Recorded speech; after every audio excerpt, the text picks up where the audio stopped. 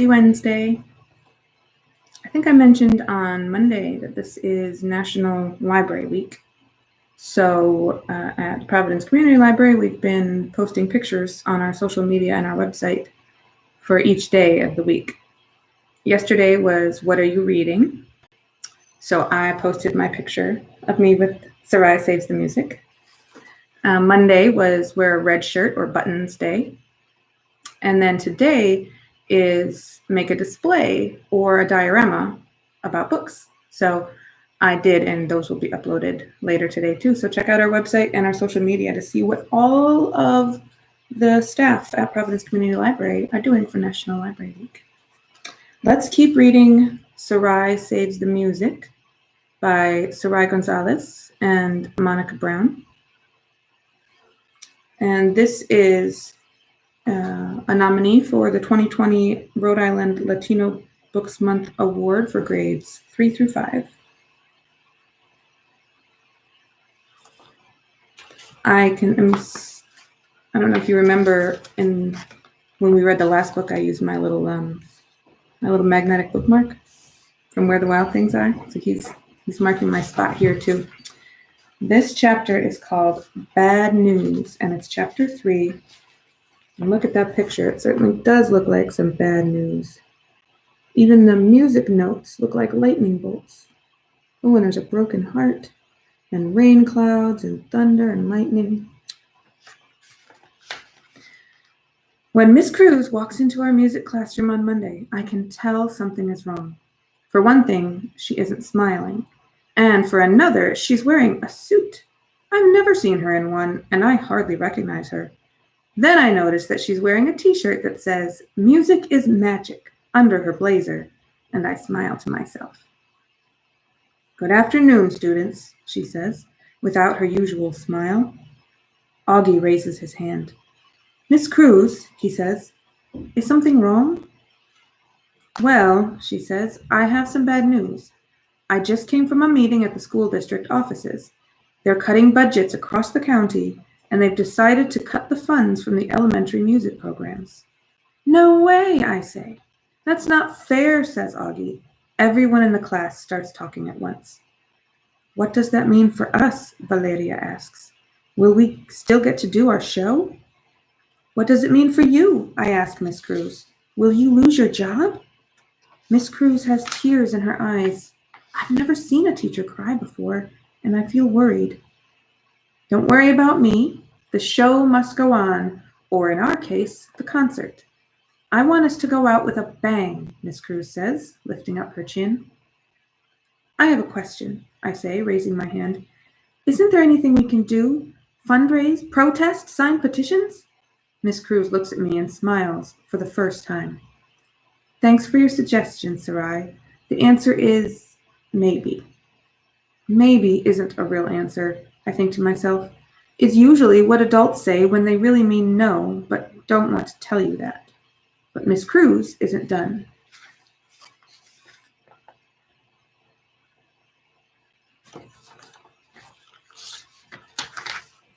"I'm going to try and get on the agenda for this month's PTA meeting," she says. "I can help with that," I say. "I know the president of the Parent-Teacher Association.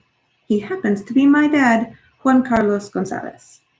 My dad is super involved with our school and also Josie's school for deaf and hearing impaired children. Ever since Josie was born with a heart condition, my dad has stayed at home with her and us. My mom works outside the house for a hospital. My sister Josie has had lots of struggles with her health, but she never gives up, and neither do we. We are the Gonzalez family 5, and we fight for what we believe in. Right now, I believe that our music program is worth fighting for." "You'll see," I tell Miss Cruz. "Everything is going to be all right. The PTA won't let us down."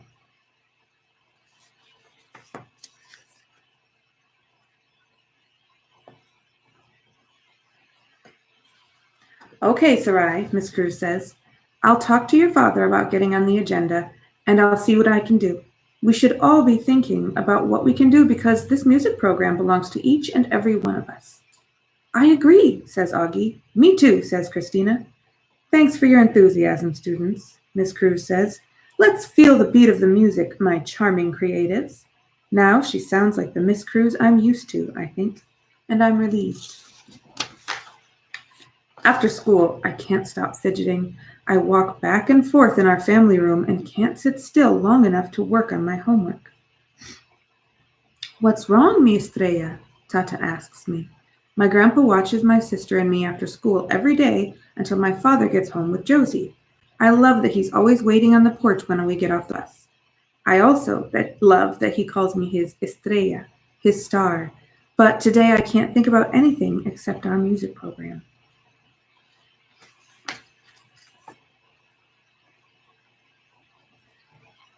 I like the little sad face emojis to show how upset she is. When are Dad and Josie going to get home, I say? It's almost 5 o'clock. Can I call him? Sarai, Josie had speech therapy after school today, and you know your dad and Josie have a long drive home.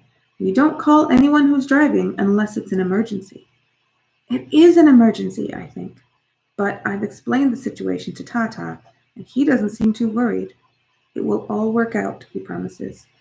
It will, says Lucia confidently. She likes Miss Cruz too, even though she hasn't had her as a teacher yet. I told Miss Cruz about how Lucia is obsessed with Hawaii, and the next day Miss Cruz brought in a ukulele, an instrument that looked like a little guitar.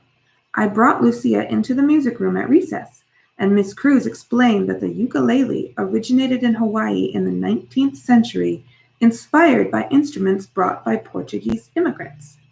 Then she played a Hawaiian song for Lucia, who was so excited she could hardly talk. Finally, I hear the minivan in the driveway. I meet Dad and Josie at the door. Dad, I say, I need your help. Are you sure you don't need your mom's help? He says, joking, because she'll be home any minute.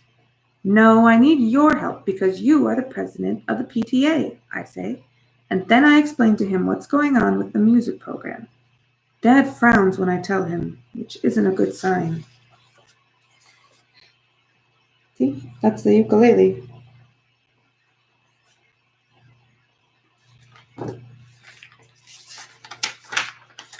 Sarai, he says, our PTA struggles to fund the programs we already sponsor. You know the students at our school don't come from wealthy families. You can fundraise, I say. But there's a limit to how much struggling families can donate, Dad explains. Then let's do a petition. That doesn't cost anything. Or a letter writing campaign, I say. That's an interesting idea, Dad says. Can you at least put Miss Cruz on the agenda? She's one of the best teachers I've ever had, and she might lose her job. That I can do, Dad says. I'll email her first thing tomorrow morning. Okay, I say. Can I come to the meeting? It's called the Parent-Teacher Association, not the Parent-Teacher-Student Association, Dad says. Then you don't mind if I do my own thing? I ask Dad. I'm almost afraid to ask what doing your own thing means, Dad says. To be honest, I'm not sure what my own thing means just yet, but I will. I just need a plan. Did I show you this picture yet?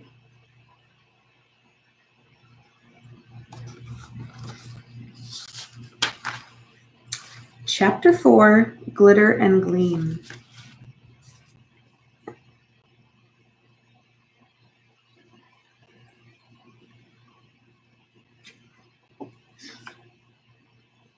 Thanks for helping me get on the PTA agenda, Sarai, Miss Cruz tells me at the beginning of class the next day. You're welcome, I say. I have an idea about saving our music program. Can I share it with the class? Sure, says Miss Cruz. I think we should invite everyone in the neighborhood to our concert and make it a fundraiser. Yeah, Augie says, make everyone pay. We don't want to prevent anyone from attending, Miss Cruz says. I think we should make donations optional and separate, so no one is embarrassed if they don't have any extra money to contribute. The mayor has a hotline, Augie says. We should all leave messages for her. Great idea, Ellie says, snapping her fingers. I like it. Should we start our calling and letter writing now? I asked Miss Cruz. I love everyone's ideas, but I think we should use this time to focus on music. Okay, I say, and turn to my music. It's hard to concentrate with so much going on. I'm already thinking about what I'll write in my letter to the editor. I miss so many notes that Miss Cruz says, "Focus your attention, Sarai," but my attention is wandering every which way.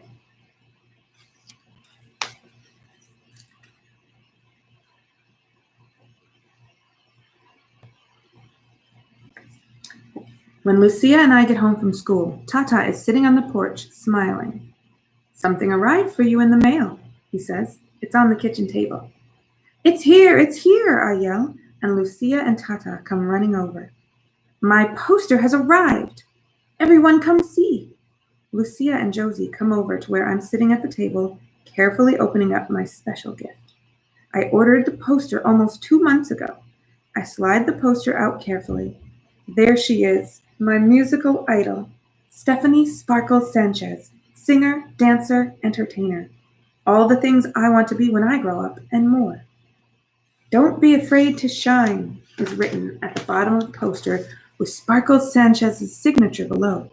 In the picture, Sparkles is holding a microphone, wearing a purple tutu, pink high tops, and a black leather jacket, which has the word Sparkles spelled out in pink sequins.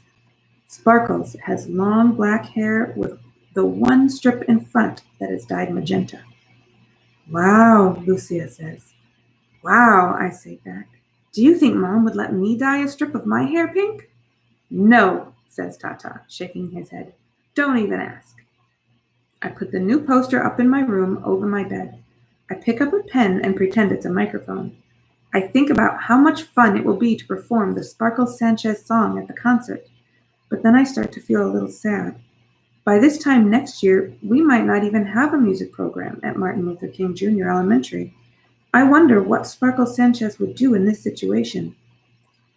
Then I think of the lyrics to her song, Glitter and Gleam.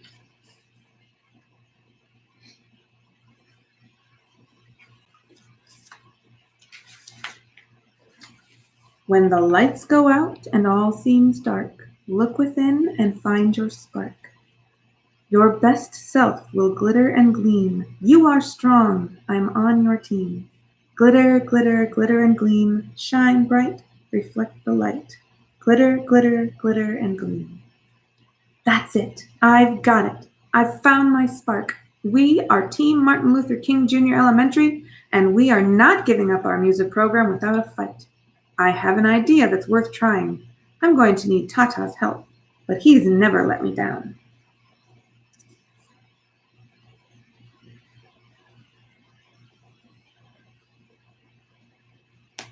She looks like a music superhero. At school the next day, I tell Christina and Augie my plan, and they agree that it's a good one. But we need all, or at least most of the kids in our music class to make it happen. We divide up the class and agree to talk to everyone at lunch. Augie is going to talk with Miss Cruz. Valeria and Kayla are surprised when Christina and I walk over to them in the cafeteria. "Hi," I say to them. "How are you?" They just look at me. "I want to talk to you about something important." "So talk," Valeria says with a shrug. "Well, you may not know this, but I'm starting a talk show called Sarai's Garage Chat, which will film in my garage," I explain, and Kayla cuts me off. "That's weird," she says. "Who ever heard of a talk show that films in a garage?" "Well, weird or not, I want to tell you my idea about saving the music program," I say, getting frustrated.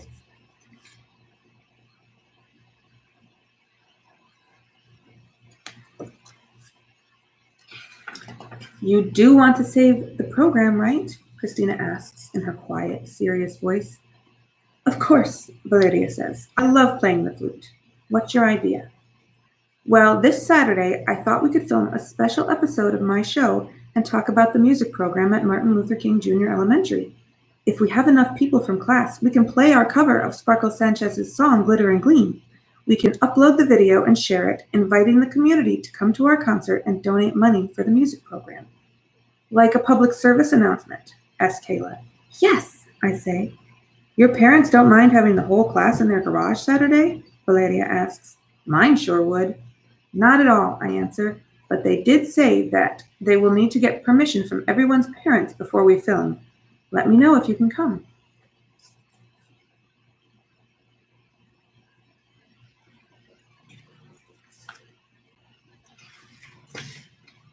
I hand each of them a piece of paper with my address and my parents' names and phone number on it.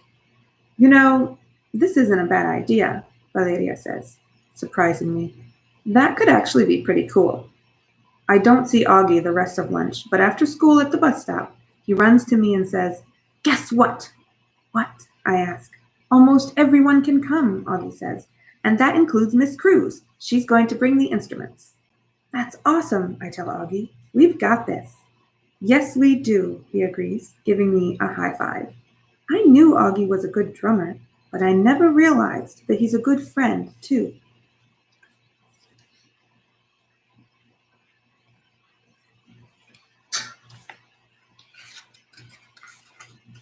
I think we'll read one more chapter, maybe two. Chapter 5, Glitter Girls. Looks like they're going to do a craft of some kind.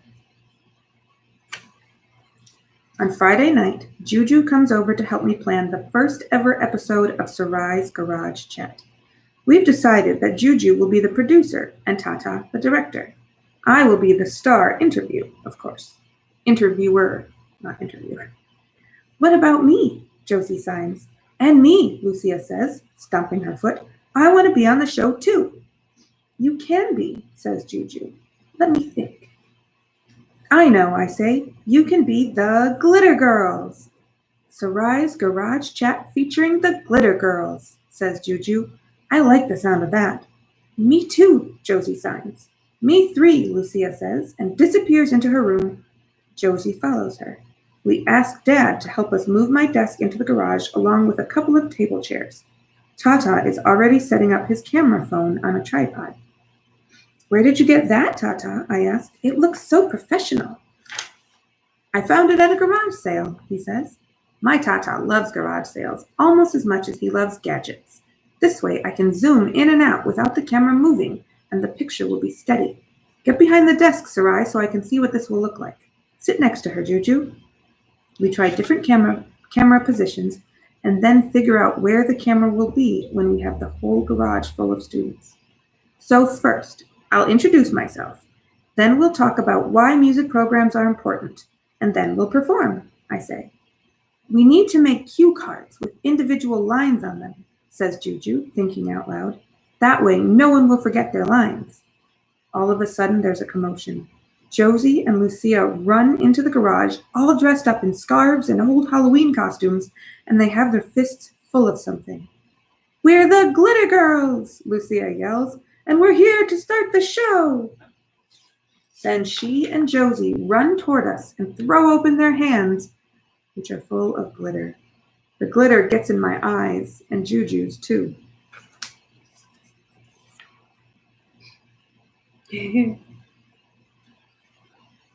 They're very cute.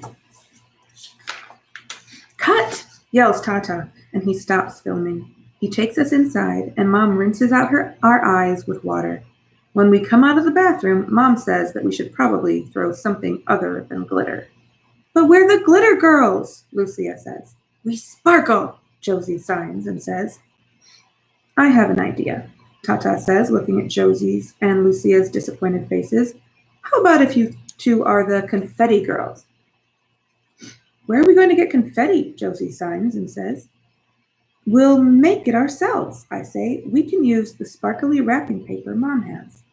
"Great idea," says Juju. "You two can still be the Glitter Girls because you will still sparkle." "Where are the scissors?" asks Lucia. "Why don't we let Juju and Sarai do the cutting?" Mom says. "We've had enough injuries for one night." Dad agrees. "Josie, Lucia, let's get ready for bed."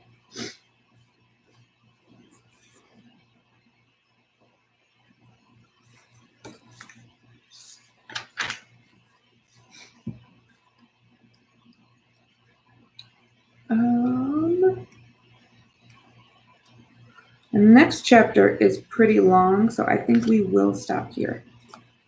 The next chapter is chapter 6, and it's called Ready, Set, Action. So I think we're going to have some pretty exciting stuff coming up when we read tomorrow. We are on page 66 out of, 107 pages. So this is a pretty quick read. So we might finish it tomorrow. We'll see. Remember what I said yesterday, which is I haven't decided what book we're going to read after we finish Sarai Saves the Music. So if you have any ideas on what you'd like to read next, put them in the comments, and I will see if I can get a hold of those books. It doesn't have to be a specific book. It could be just a kind of story you're interested in, or an author you like, or anything. And maybe if I get a suggestion of a book that I don't have, I can pick out one I do have that's kind of similar. So let me know if you have any ideas.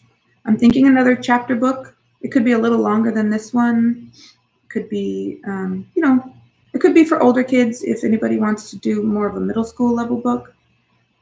Or it could be for younger kids. Just let me know if you have any ideas. And I will see you all tomorrow.